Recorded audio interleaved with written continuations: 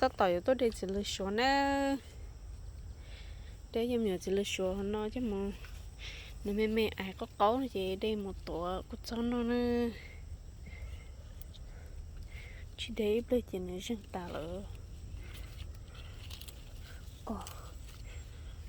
hay sao I see it. I think I put frog stuff in there. There's frog thingy in there. hả There's a frog. I put frog skin in this. where Down there, I see it. Put frog skin. no mất cho cái này Just don't care. cái này nè chỉ khen nữa nè Don't leave it here. chỉ xong nữa ở đây có đi cái xong mình bỏ từ nữa chứ nó nhớ nữa lúc hao à It's not inside, it's too big.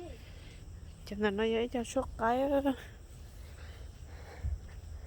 cho suốt cái cho cái chỉ lòi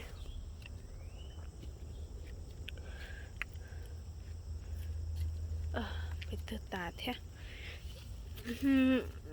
here There's another toad.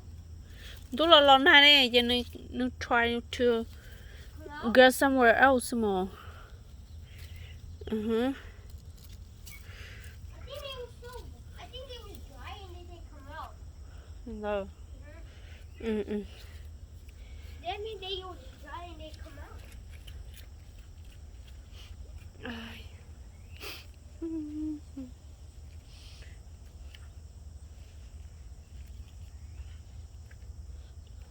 có phải chị mà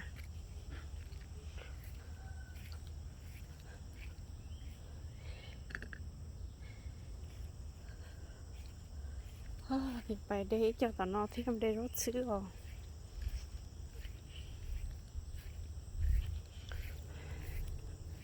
cho nó chỉ rau ba chứ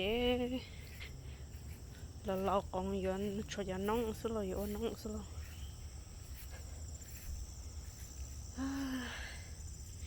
ít lúc chỉ là cố chỉ là nó và tàu nó này chỉ tàu nó theo nó chỉ là số đây cho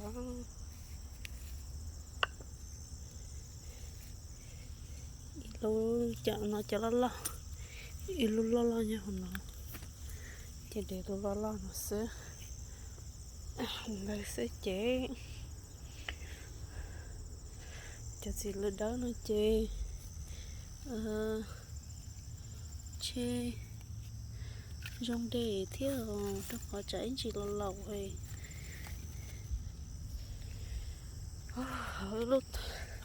lúc tao còn nó chế lo lý lọ slow nó lo nào nó vậy đi nó trả nó tới giờ tôi xem nó mà đi tốn hai mình chỉ nó nói thì chịu nóng một số lộ